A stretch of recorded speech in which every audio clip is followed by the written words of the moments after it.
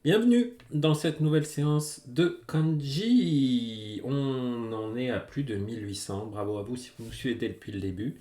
Et n'hésitez pas à me contacter si vous avez besoin de cours particuliers, puisque je donne des cours particuliers.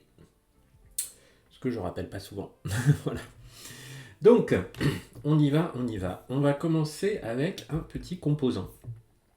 Un nouveau petit composant qui va nous servir dans une petite série de quelques petits kanji, là, 4 kanji qu'on va voir. Ce composant s'écrit comme suit. D'abord, je lui fais un petit chapeau, un petit parapluie là.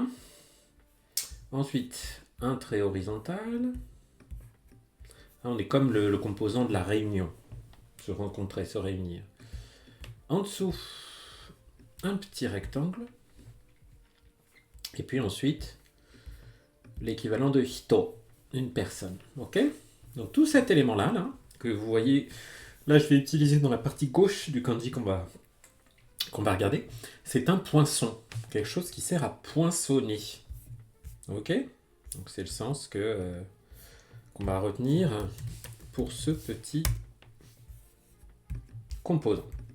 Et le poinçon, là, on va le combiner avec le sabre, le katana sur la droite. Ok? Et, il n'a pas aimé comment je dessinais, c'est pas grave.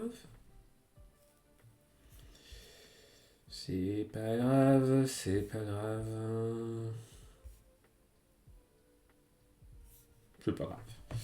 On va le trouver autrement.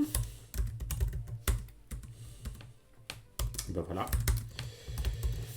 Il se prononce Ken et c'est un sabre justement. Voilà, c'est un peu la version complète de ce petit élément que vous avez à droite, hein, qui est dérivé aussi de katana, le katana. Voilà, donc un poinçon et un sabre. Poisson versus le sabre, qu'est-ce qui gagne? Je pense que c'est quand même le sabre. Donc vous pouvez imaginer un petit combat entre ces deux éléments, entre le sabre et le poisson. Le poinçon, pardon. Et donc c'est plutôt le sabre qui va gagner, hein. Sauf s'il s'agit d'un travail de précision. On a aussi tsurugi comme prononciation, mais c'est vrai que le plus souvent ça peut simplement se prononcer ken, hein, pour indiquer un sabre ou une épée. Il y a une série de jeux vidéo que j'aimais bien avant qui s'appelait Seiken Densetsu, ce qui va me le trouver, voilà. Hein, ou Seiken, ça veut dire l'épée sacrée, l'épée sainte. Qu'est-ce qu'ils nous ont mis d'autre? Kenshi, ouais, un chevalier dans le sens, enfin, quelqu'un qui manie l'épée. Voilà. Et aussi cette prononciation de Tsurugi qu'on trouve de temps en temps. Mais bon, c'est quand même beaucoup plus souvent Ken. Voilà. Bon, on s'est vu la petite histoire en même temps. Jolie petite entrée en matière pour ce composant du poinçon qu'on va voir aussi dans le suivant. Alors, kanji suivant qui va aussi se prononcer Ken. Donc à gauche, je vais avoir le sommet. Ok? Et à droite, j'ai mon petit poinçon. Oups. Et j'ai ripé. Hop. Il dépasse bien là-haut. Je sais pas si je l'avais bien fait dépasser avant. C'est peut-être pour ça qu'il n'avait pas aimé. Qu'il ne l'avait pas bien reconnu. Alors, donc c'est pas celui-ci. C'est celui-là. Voilà. Ce kanji, c'est le ken de Kiken. Le danger. Kiken. Et le sens qu'on va lui attribuer, c'est quelque chose de très raide, pas dans le sens dur, mais dans le sens la pente est raide, hein. C'est comme un précipice, vous voyez. C'est le sens de cet adjectif kewashi que vous voyez là, hein, qui veut dire donc quelque chose qui est difficilement accessible, une pente raide, un endroit un peu waouh, un peu compliqué à atteindre, voilà, ou une position imprenable. Euh, et voilà. Sinon, voilà, le mot le plus courant, c'est bien Kiken, le danger. Euh, donc, on a le sommet, on a un poinçon. On peut aussi penser à un précipice, quelque chose comme ça. Euh, donc, on est au sommet de la montagne. Ah oui, oui, oui. Et j'ai imaginé que pour essayer d'atteindre, alors que j'étais monté au sommet de la montagne, j'étais presque au sommet de la montagne, là, dans une ascension, et, euh, et que pour atteindre le sommet, j'avais plus de pioche, et donc je faisais de l'escalade en mettant mon poinçon dans la roche et en essayant de pas tomber dans le précipice. Voilà, je m'étais fait toute cette histoire avec voilà le précipice en bas, l'endroit inaccessible, la pente raide, pour me créer une petite image mentale avec ce kanji. Ensuite, donc, avant de retrouver notre poinçon, on va d'abord faire un arbre, donc l'arbre à gauche, et à droite,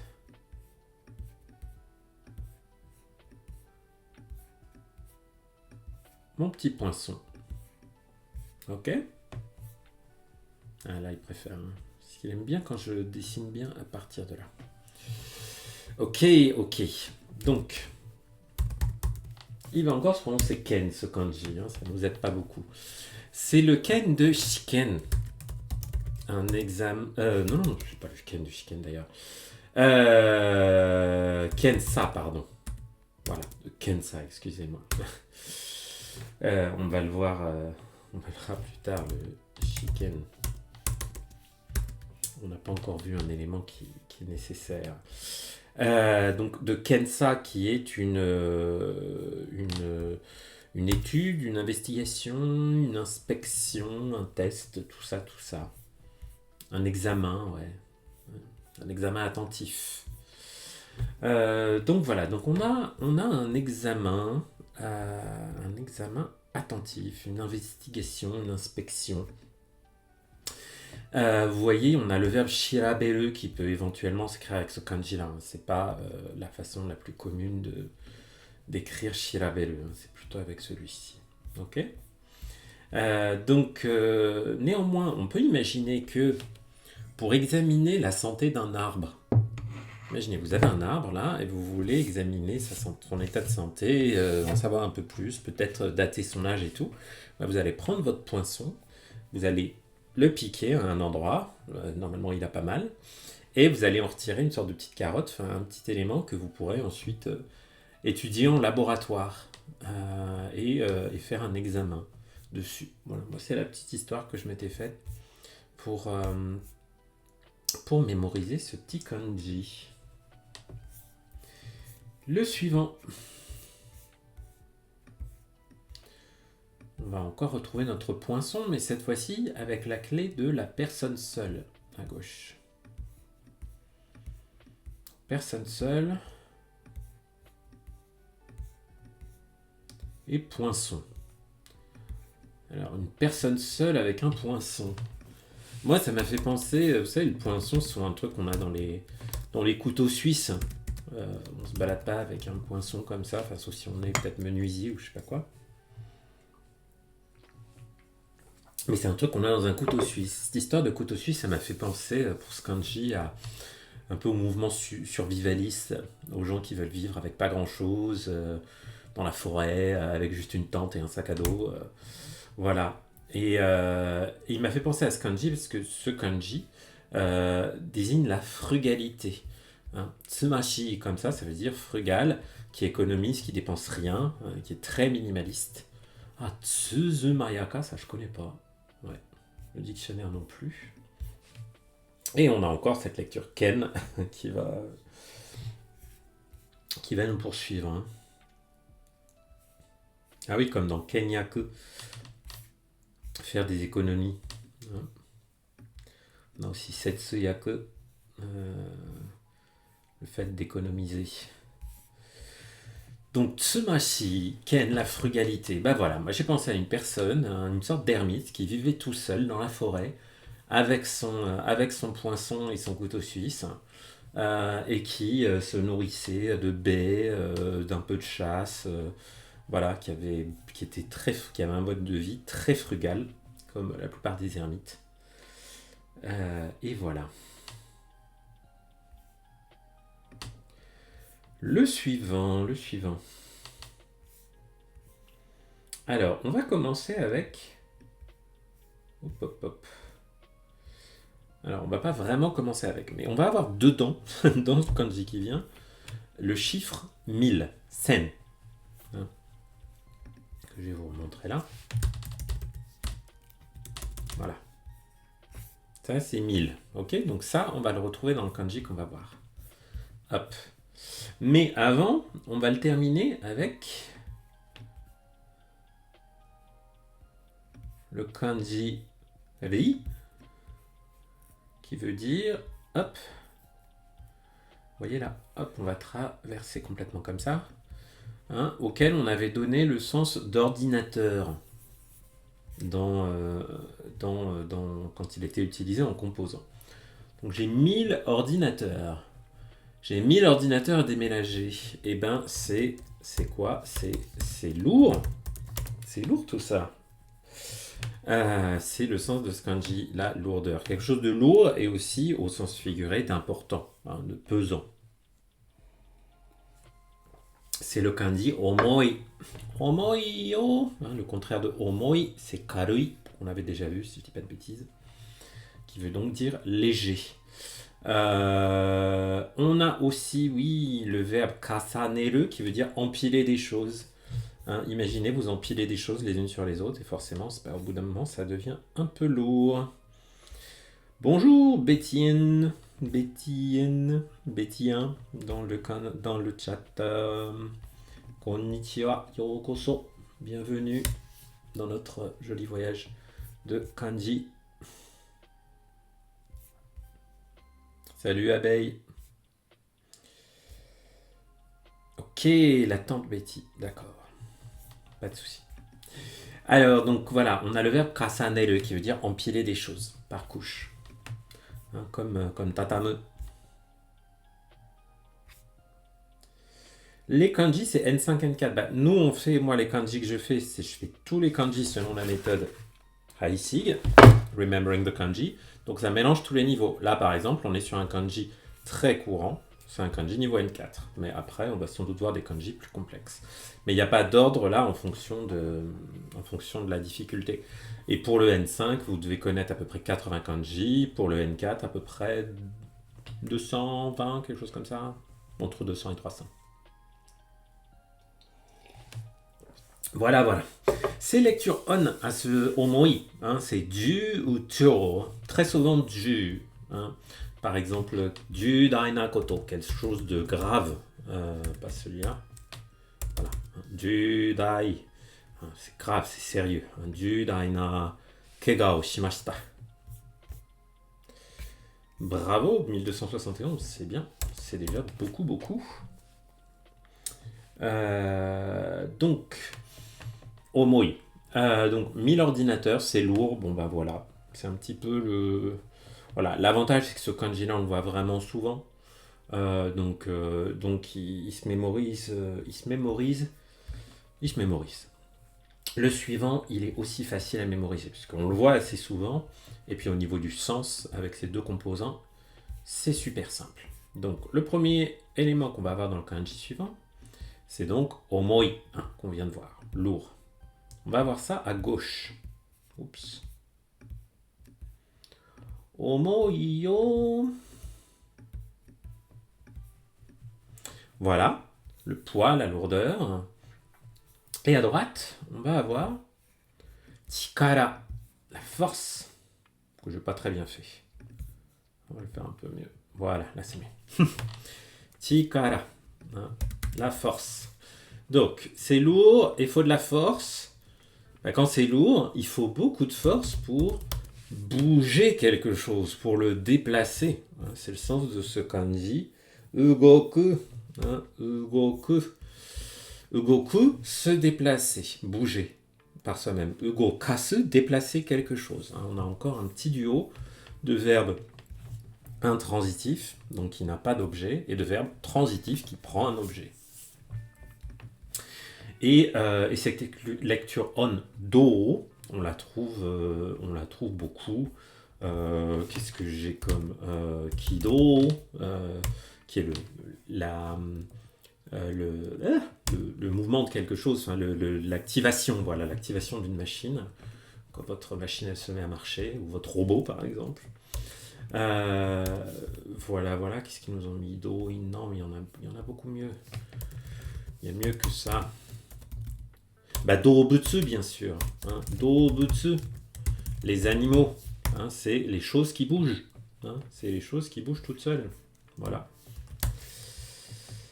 Le vocabulaire en katakana, t'es pas fan? Bah écoute, le vocabulaire en katakana, enfin en tout cas pour tout le vocabulaire qui vient de l'anglais, faut juste bien penser à la prononciation anglaise. Hein, et pas à la façon dont les mots s'écrivent en anglais et comment les Français les prononcent.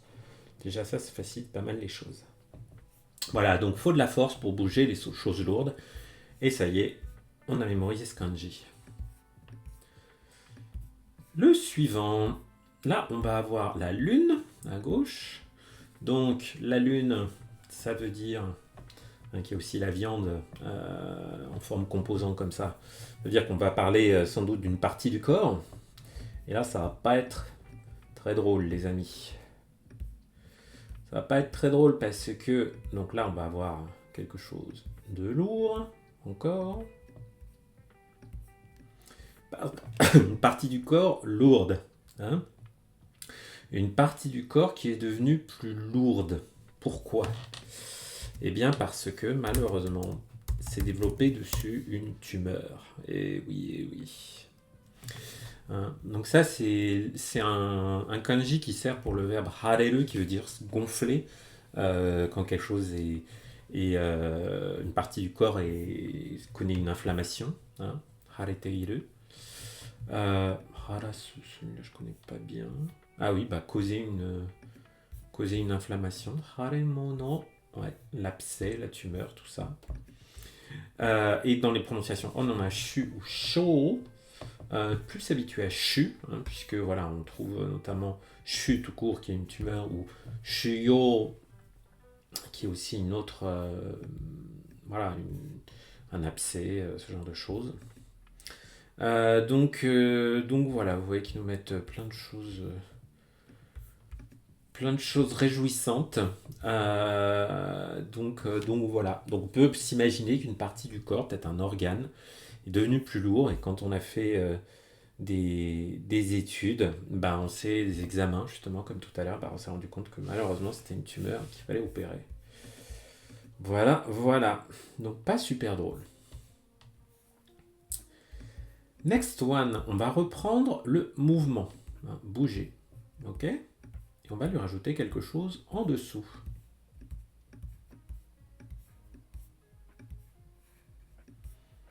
Hop, donc bouger, et en dessous, je lui rajoute 4 petites flammes. Et oui, les 4 petites flammes du feu quand il est en bas des kanji. J'ai du mouvement et j'ai du feu en dessous.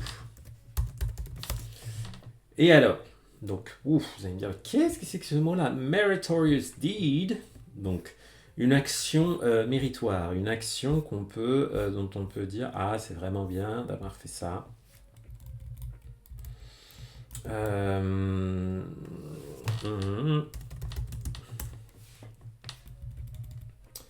vérifie juste. Voilà, un fait méritoire, hein, j'ai pas trop de façon de le dire. Donc un fait, voilà, quelque chose que vous avez fait parce que vous avez sauvé la vie de quelqu'un, vous avez fait quelque chose d'extraordinaire.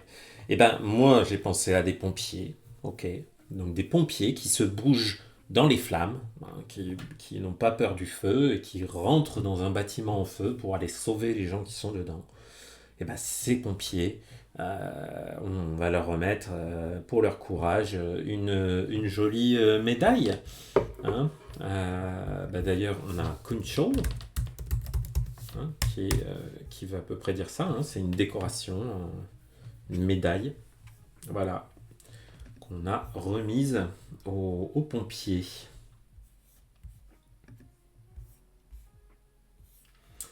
Ensuite, notre mouvement, on va aussi l'utiliser dans le kanji qui vient là.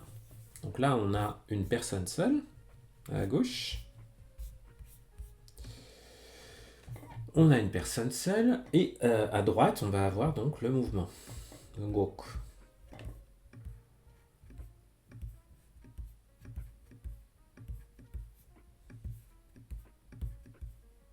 Hop.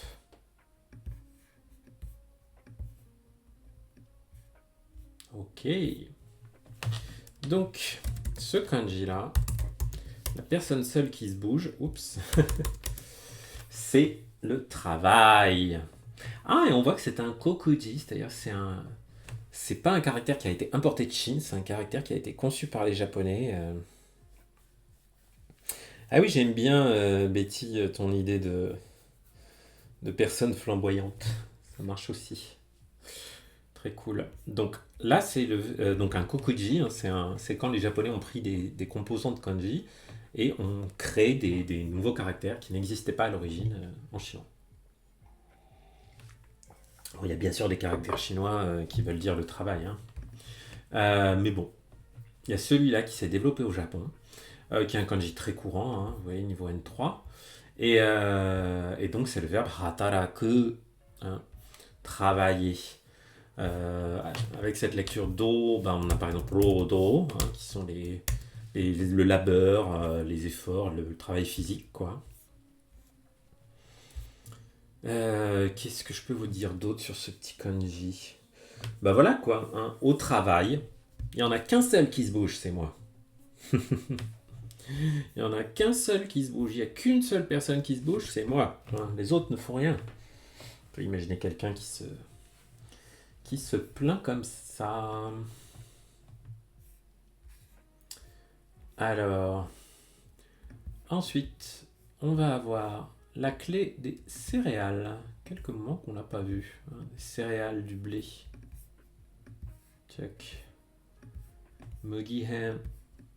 Voilà, ici, hein, clé des céréales, pour rappel, c'est l'arbre avec un petit trait comme ça, de biais au-dessus.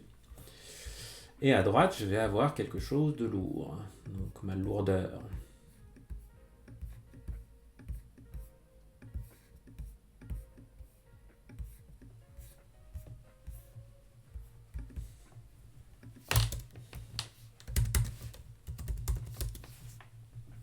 Ce kanji-là, son sens premier, c'est la graine. La graine de quelque chose, hein. C'est cette lecture tane. Hein. Tane, c'est donc une graine. Et en lecture on, on a shu, comme dans... donc il peut s'utiliser tout seul pour dire une variété, une sorte, une espèce de quelque chose. Donc c'est aussi l'autre grande galaxie de sens de ce kanji. Donc voilà, c'est tout ce qui est les espèces, hein, les variétés de... On trouve ça dans le mot shurui. Je crois qu'ils nous ont même pas mis là, hein. Ils auraient dû. Hein. Shurui, une variété, une espèce de quelque chose, un genre, un type de quelque chose. Voilà, voilà. Donc, bah, nos céréales, on peut se dire qu'en fonction des espèces, des variétés de céréales, le poids, hein, de leurs graines ou leur poids est plus ou moins lourd. On peut dire qu'un épi de blé et un épi de maïs, ça n'a pas exactement le même poids, hein, si vous comparez des céréales par exemple. Donc voilà, il y a toutes sortes de céréales qu'on peut catégoriser en fonction de leur poids. Voilà, on peut catégoriser les différentes variétés. On peut imaginer une petite histoire comme ça pour mémoriser ce kanji. Voilà, voilà. Alors, le kanji suivant, donc on va encore avoir notre lourdeur là. Et le caractère lourd là va être pris entre les deux éléments de gauche et de droite du verbe aller. Hein, ike. Vous voyez, j'ai le début et la fin. Voilà, voilà. Donc un kanji en trois colonnes. J'adore pas toujours les kanji en trois colonnes. Ça, c'est moche. Mais bon, celui-là, il est pas trop dur à retenir, je trouve. Donc, aller plus lourd. Et son sens, donc lui, il va se lire show. Son sens, c'est une collision, un choc, un choc. Voilà. Comme dans le terme shogeki, hein, qui est un impact, une collision, un choc, voilà, quand des choses butent les unes sur les autres. Hein. Eh bien, j'ai imaginé que le poids lourd allait sur le chemin, et puis quand il a eu un accident, eh bien, ça a fait un gros choc, un gros choc. Le verbe tsuku avec ce kanji, effectivement, ça évoque la collision, mais bon, c'est une lecture quand même franchement assez rare. Oh là là, le suivant, je me plante régulièrement sur sa lecture. Quoique. On va commencer par la clé des plantes, des fleurs, là, de la végétation, là-haut. Ensuite, on va avoir... Quoique non, je crois que je me souviens de sa lecture. On va avoir lourd, quelque chose de lourd. Et en dessous, on va avoir 4 petites flammes. Alors, est-ce qu'il me l'a reconnu? Yes! Donc, ça, c'est Kobashi ou Kanbashi? Parfois, je me trompe. Je crois que c'est Kobashi. Il ne l'a pas mis. Non. Ah, non. C'est juste... Ah, non, je me trompe. Ah, j'ai confondu avec d'autres. Bref, bon. J'avais son sens, mais au niveau de la prononciation, c'était pas terrible. Bon, ça, c'est un kanji relativement rare. Il indique la fragrance, le fait d'avoir une odeur forte, hein, de dégager une forte odeur. Donc, moi, j'ai imaginé que quand on.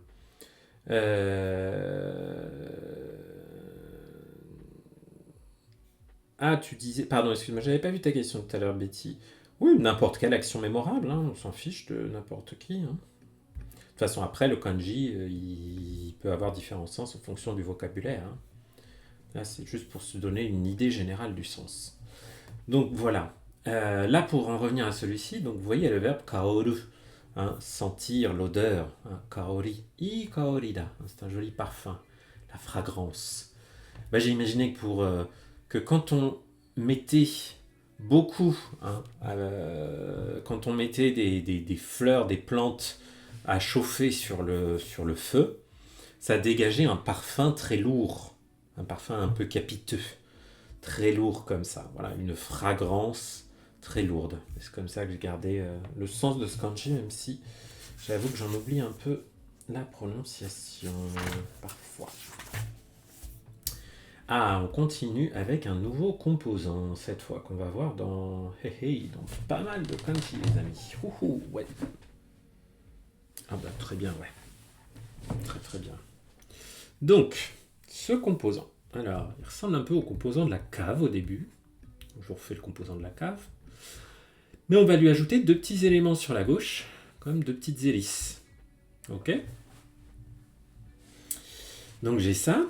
Et ce composant, c'est la maladie. La maladie.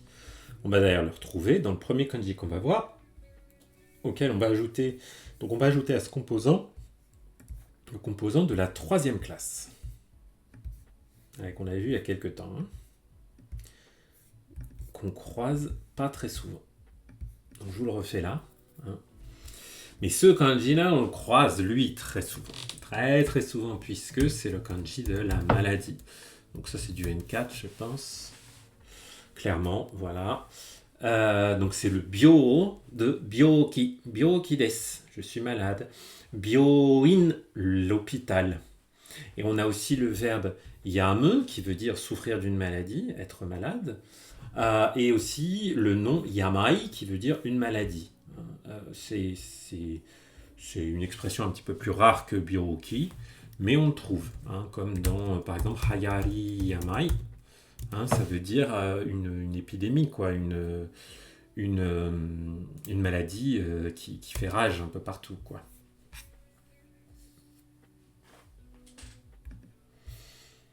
Voilà. Donc on avait vu pas mal ce terme au moment de la pandémie Covid. Qu'est-ce que je peux vous dire de plus? Donc, moi j'ai pensé avec l'histoire de la troisième classe, là, que bah oui, quand, je sais pas pourquoi j'avais pensé au Titanic, puisque je crois que me souvenir que sur le Titanic, en tout cas je crois que dans le film Titanic, il y avait la première, deuxième et troisième classe. Donc le personnage de DiCaprio, là, il était avec la troisième classe. Moi en tout cas, quand on est dans la troisième classe, eh ben, on est dans un habitat pourri et tout, et on chope plus facilement des maladies. Voilà. D'où ce petit kanji. Ensuite, alors là, ce kanji là aussi, j'aime beaucoup, beaucoup. J'aime bien ça, cette clé de la maladie, je trouve qu'elle permet de faire des histoires sympas. Là, en dessous de cette clé, je vais mettre le kanji shiru, connaître, savoir. La prononciation on est chi. Et là, ce kanji là aussi va aussi avoir cette prononciation on, chi. Mais il va vouloir dire quelque chose de tout à fait différent. La maladie du savoir, peut-être la maladie de ceux qui n'ont aucun savoir, de ceux qui ne savent rien. Et là, c'est quoi? C'est la stupidité. Et ouais. Hein, vous voyez, oroka, hein, l'idiotie, ça peut s'écrire avec ce kanji. Ou alors tout simplement chi, hein, c'est quand même sa prononciation la plus courante. Comme dans le mot Gucci, ah ben voilà, Gucci, rien à voir avec la marque de luxe italienne. Ça veut dire donc quelqu'un qui se plaint sans raison, quoi. Hein, qui se plaint un peu bêtement. Donc voilà, la maladie des gens qui sont idiots, bah, c'est la stupidité. Et c'est hélas la plus grande maladie du monde et la plus répandue. Notre petite maladie, là, on va la voir avec un haricot. Eh oui, un haricot. Mamet. Ok. La maladie du haricot. Quelle est la maladie qui se transmet par les haricots pour les kanji? Eh bien, c'est la variole. Je dis pas de bêtises. Hein. Pox, c'est ça en anglais. Hein. La variole, la varicelle, tout ça. Ouais, voilà. Donc j'ai imaginé que la variole, c'était une maladie qui se transmettait par les haricots. C'est sans doute pas du tout vrai. Euh, je vous avoue, je me souviens pas trop de. Il est souvent en fin de mot ce kanji. Donc tennento, la variole. Shuto, ça c'est Shuto, c'est la. Ah non, pardon, Suito, ça c'est la varicelle. Donc voilà. Hein. Imaginons que la variole est une maladie qui se transmet par les haricots. Ça peut marcher. On reste dans le domaine de la maladie avec le suivant. Toujours la clé de la maladie. Et là-dedans, on va avoir... Oh, j'ai fait n'importe quoi avec mon ordre des traits, mais c'est pas grave. Ouais. Hein.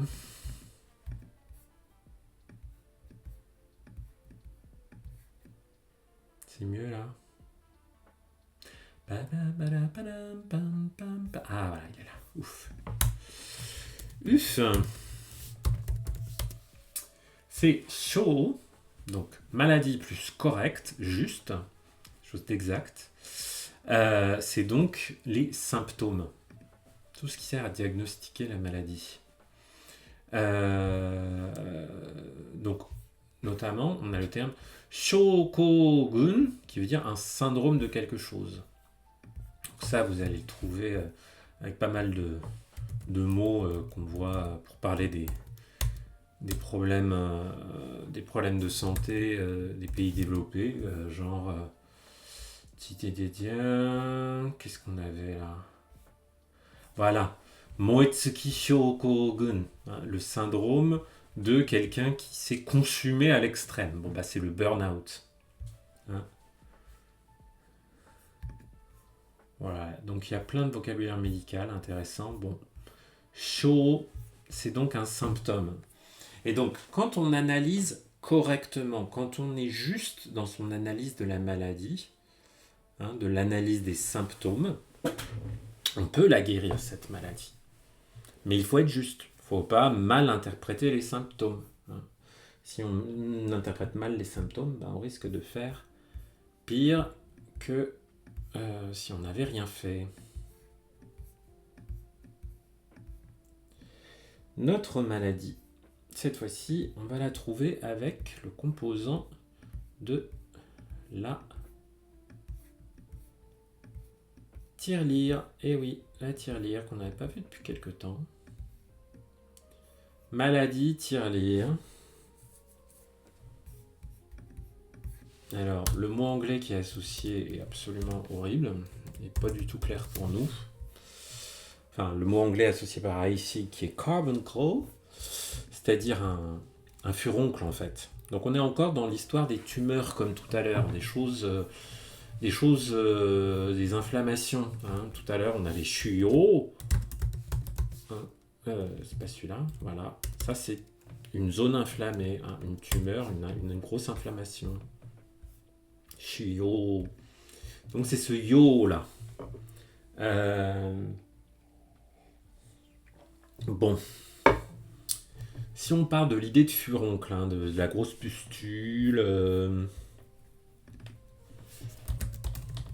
je vais mettre ça aussi, la pustule, c'est peut-être mieux ça, la pustule, que le furoncle.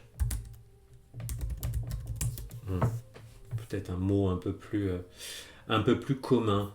On peut imaginer que avec toutes les maladies dont ont souffert ces dernières années là, les animaux là, et bon, coucou, Yami, Suke, Hiro, San, Yorokoso. Donc, on peut imaginer que, voilà, de même qu'il y a il y a tout le temps des histoires de grippe aviaire, fièvre bovine, tout ça. On peut imaginer qu'il y a une épidémie peut-être de sorte de varicelle qui crée des grosses pustules chez les cochons. Voilà quoi, et que ça fait du mal à la tirelire des agriculteurs qui s'en occupent. On peut se faire une histoire comme ça. Elle est un peu tordue, mais bon, ça c'est pas le kanji le plus grave à oublier quand on l'oublie. On continue dans nos joyeuses maladies. Donc là, on va avoir toujours notre clé de la maladie. Ensuite, on va avoir notre singe. Hop, attendez. Hop, voilà. Chimpanzé et l'entrejambe. Je me souviens bien de cette histoire. De l'histoire que je m'étais faite pour ce kanji. Ça, c'est le kanji du verbe yaseru, qui veut dire perdre du poids. Maigrir. Yaseru. Chotto yaseta desho. Mais t'as maigri, non? Voilà, yaseru. Et les lectures on, on en a plein. Ça, c'est marrant. Je connaissais que so, mais c'est pas grave. Ok. J'admets qu'il y en a d'autres, mais je les ai pas trop croisés dans mes lectures. En revanche, le verbe yaseru, celui-là, on le voit pas mal, quand même. Donc, moi, j'ai pensé à quelqu'un qui avait chopé une MST sans gravité, voilà, mais peut-être quelqu'un qui a chopé la syphilis ou je sais pas quoi. Enfin, la syphilis, c'était très grave au 19e siècle. Maintenant, c'est moins grave de choper la syphilis dans les pays développés. Donc j'ai pensé à quelqu'un qui avait une maladie, qui se grattait l'entrejambe comme un singe. Vous voyez, quand un singe qui fait ouh, tout ça, puisqu'on a l'entrejambe en bas. Et en fait, il s'est rendu compte que ça le gratouillait, mais que c'était quand même une maladie un peu sérieuse et qu'il avait perdu pas mal de poids à cause de ça. Bon, heureusement, il y a des traitements très efficaces qui font qu'après on reprend du poil de la bête, littéralement. Voilà. Donc, si mon histoire de MST vous aide, tant mieux. Qui n'est pas toujours facile à retenir, je trouve celui-là. C'est Yaseru. Yasseru. Toujours notre clé de la maladie. On va la voir là jusqu'au bout aujourd'hui, hein, dans tous les kanji qu'on va voir jusqu'à la fin de cette session. Et donc là, on va avoir la flèche. Ya. Maladie flèche. Ce kanji indique la vélocité, la rapidité. Quelque chose qui est, qui est super rapide, qui va très vite. Hein. Oui, il peut se lire hayai. C'est très rare qu'on ait ce caractère-là pour hayai, puisqu'on en a déjà deux autres qui sont vachement plus communs, vachement plus clairs. Mais ça peut arriver, voilà. Donc, moi j'ai pensé que si on se faisait toucher par une flèche, et qu'on soignait pas tout de suite, qu'on désinfectait pas tout de suite, on pouvait choper une maladie et très rapidement mourir. Très rapidement, ça devient une septicémie, on est infecté de partout, et donc si un jour vous vous faites blesser par flèche, soignez-vous rapidement, parce que sinon ça peut se diffuser et vous allez mourir. En tout cas, c'est le sens de ce que j'ai donné à ce kanji pour le retenir. Voilà. Et ce que j'aime beaucoup, c'est utiliser ce kanji, enfin l'histoire de ce kanji avec le kanji suivant, qui est à peu près le même, sauf qu'on va ajouter à gauche la clé des femmes. Et à droite, notre rapidité, notre vélocité, quelque chose qui va très très vite. Alors voilà, j'ai fait une histoire stéréotypée, ne m'en voulez pas. C'est uniquement pour retenir. J'espère au fond de moi être un féministe, en tout cas voilà, j'ai quand même deux filles. J'espère qu'elles vont grandir dans un monde, là actuellement c'est pas parti pour, mais qui un jour sera moins hostile aux femmes. Bref, mais bon, là j'ai utilisé un vieux stéréotype de théâtre ou je sais pas quoi, ou de vieilles histoires, un peu la déesse Héra et tout, qui est que les femmes, très rapidement après le mariage, sont jalouses. Voilà. Imaginez ça pour retenir ce kanji. Je ne fais pas de généralité, je ne précise, c'est uniquement pour mémoriser ce kanji. Voilà. Et voilà, donc c'est le sens de ce kanji, hein, qui peut se lire shitsu. Donc on a les verbes sonemu, netamu, qui veulent dire être jaloux ou jalouse, hein, puisque c'est pas, il se limite pas du tout aux femmes, hein, ce kanji. On a notamment shito. Oh, ils ne l'ont pas mis là, c'est très dommage. Un shito, la jalousie. Je sais pas si on l'avait déjà vu l'autre là. Ouais, on l'avait vu celui-là. Ah non, on l'a pas encore vu celui-là. Bah si, on l'avait vu. Regardez-moi ça, 123. Ouf. Oh, c'est faux quoi. Hein, shito, la jalousie, pardon, rien à voir. Donc voilà, soneme, netame, la jalousie, qui est un sentiment qui peut arriver rapidement, si on n'y fait pas attention. Voilà.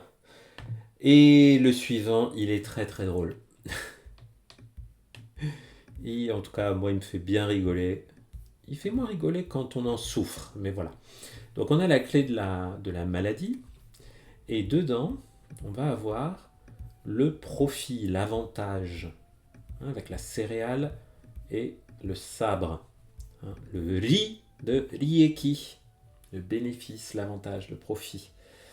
Donc la maladie, une maladie qui rapporte beaucoup d'argent, une maladie du profit. Une maladie qui rapporterait beaucoup d'argent. Qu'est-ce que ça pourrait être? Vous allez pas être déçus les amis, c'est la diarrhée. C'est la diarrhée, voilà. Donc la diarrhée, ça se dit geri. Hein, c'est la diarrhée qui va vers le bas. C'est-à-dire quand en bas j'ai la diarrhée, c'est geri. C'est des bons mots à connaître ça. Un geri, la diarrhée, et benpi, hein, benpi, la constipation. c'est des bons mots à connaître quand on est touriste et qu'on va au Japon et que peut-être parfois le changement d'alimentation fait qu'on a des petites choses qui se passent. Donc voilà, quand on a la diarrhée, bon, généralement on mange un peu de riz et ça va mieux. Mais parfois, bon bref, si on n'aime pas le riz, ça peut être plus compliqué. Il y a d'ailleurs une vidéo absolument géniale d'une vieille émission qui apprenait l'anglais aux Japonais, où il y a des femmes qui font une espèce de choré. L'idée de ce truc-là, c'était d'essayer d'apprendre l'anglais en, via des chansons. Donc il y avait avec des petites chorégraphies. Et il y avait une petite chorégraphie sur la phrase I have a bad case of diarrhea. Donc vous chercherez ça sur YouTube. Elle est assez géniale cette vidéo, complètement surréaliste. Donc c'était pour apprendre le mot diarrhée, voilà. Bref, donc on y est, voilà, pipi caca, ça fait toujours rire, ça fait du bien, ça nous facilite la vie quand on étudie les kanji. Et donc on peut s'imaginer que l'une des maladies les plus profitables pour les labos pharmaceutiques et les pharmaciens, c'est peut-être la diarrhée. Puisque ça leur fait beaucoup de profits, beaucoup de boursoufs de bénéfices. Alors, le suivant, donc toujours notre clé de la maladie, et cette fois-ci dedans, on va avoir l'argent. Hein, le métal argenté, hein, pas au canet, hein, pas l'or, pas le pognon. Hein. Ok. Le sens de ce kanji, c'est une marque, une trace, et surtout, moi j'aime bien le fait qu'on le retienne comme une cicatrice. Hein, une cicatrice. Puisqu'on a la maladie et tout, donc ça peut être lié au corps et tout. Donc on a le mot konseki, donc tout seul il peut se lire ato, même si plutôt d'autres kanji, hein, ato pour dire une trace. Mais si vous les combinez, là les deux ato qu'on connaît qui veulent dire trace, ça donne le mot konseki qui veut dire donc une trace de quelque chose, un vestige, une preuve de quelque chose.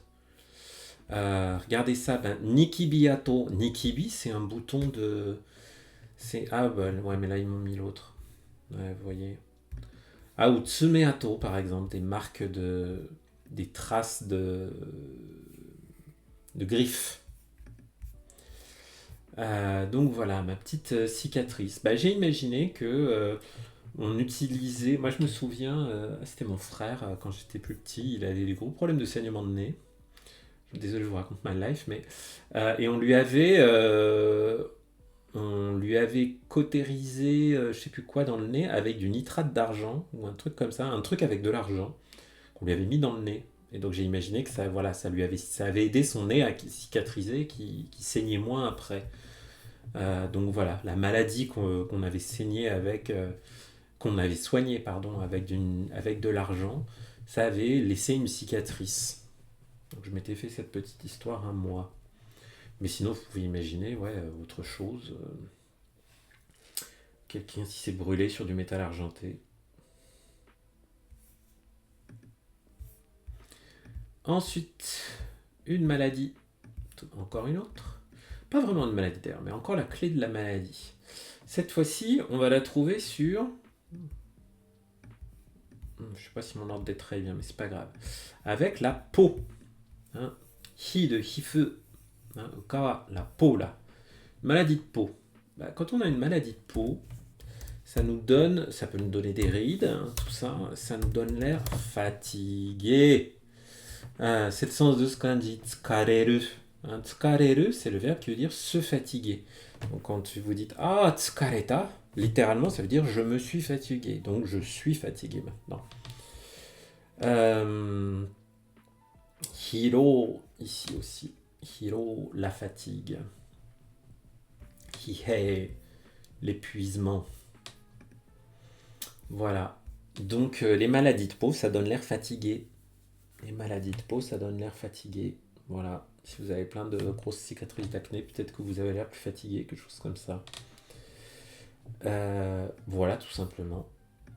Pour retenir le sens de ce kanji. Allez, encore un petit peu avec les maladies. Oups.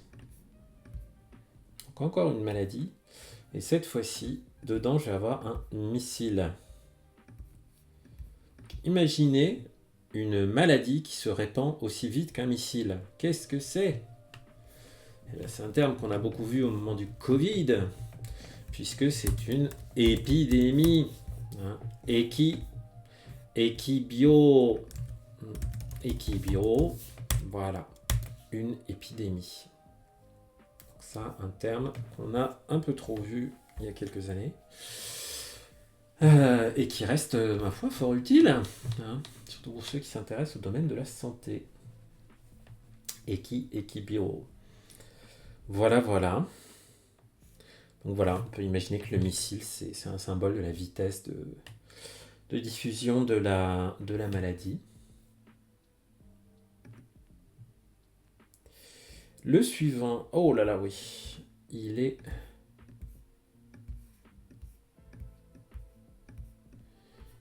ardos. Donc, j'ai ma clé de la maladie, et dedans, j'avais un élément qu'on voit pas. Enfin, je vais avoir d'abord mon petit tampon, mon petit seau, et en dessous, mon tournevis, hein, le kanji de utiliser, être utile.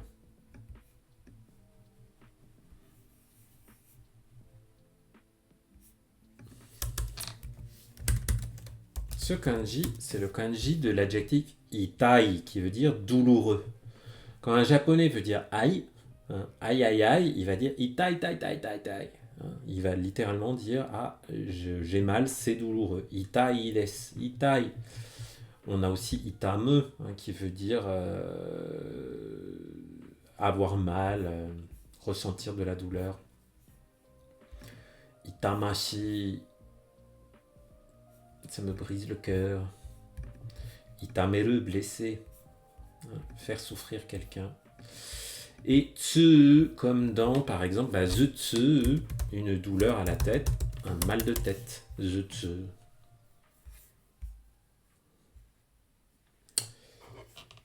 Merci pour le verre d'eau, j'ai que du café, mais ça fera l'affaire. Donc voilà. Itai des. Donc imaginez que moi j'ai imaginé quelqu'un, donc j'ai juste pensé au tournevis, j'ai pas trop inclus le petit truc au-dessus, donc c'est pas grave, mais j'imaginais que j'ai été arrivé à l'hôpital hein, pour cause de maladie parce que j'avais très mal, parce qu'en faisant du bricolage, je m'étais planté un tournevis dans la cuisse ou je ne sais où et que ça faisait très très mal. Hein. En prison, un tournevis c'est considéré comme une arme. Je sais plus, j'avais vu ça dans Orange is the New Black. À un moment, il y avait une histoire de tournevis qui avait disparu. Donc voilà. Donc voilà, imaginez que vous prenez un tournevis, que ça s'infecte, vous allez à l'hôpital. Bon, ça fait très très mal tout ça, non? Si, ça fait mal. Ok. Et ensuite, alors, celui-là, kanji assez rare, qu'on voit quand même un petit peu. Tiens, j'ai plus de musique, mais c'est pas grave. Donc on a toujours la clé de la maladie. Et ensuite, on va avoir un composant qu'on voit pas très souvent, qui est le ketchup, hein, qui est composé d'une sorte de maestro à gauche et à droite du kanji pour karai, épicé, salé. Tout cet ensemble-là, hein, n'hésitez pas à revoir des anciennes vidéos, c'est le ketchup. On l'avait vu notamment dans le mur. Hein, kabe. Voilà, je vous le remets. Donc ce kanji-là, qui est assez rare, c'est le kanji du mot kusei, qui veut dire le fait d'être maniéré, le fait d'avoir un tic, un peu un hito wa kusei ga aru, quelqu'un qui par exemple parle avec une forme d'affectation, un tic de langage, une manie, voilà, je cherchais mon mot, hein, une manie, quelque chose que vous faites que vous ne maîtrisez pas vraiment, hein, une habitude plus ou moins consciente. Kusei ga aru. Kuseni, c'est aussi une expression qu'on trouve tout le temps, hein, pour dire alors que, d'une façon un peu méprisante d'ailleurs. Hein. Par exemple, enfin, t'es même pas foutu d'avoir une belle robe. Hime sama no kuseni. Alors que t'es une princesse, tu vois. Tu fais genre t'es une princesse, mais en fait t'es même pas capable de porter une belle robe. Vous voyez d'accusation un peu, hein. Et pourtant, tu vois, ça me surprend, c'est bizarre.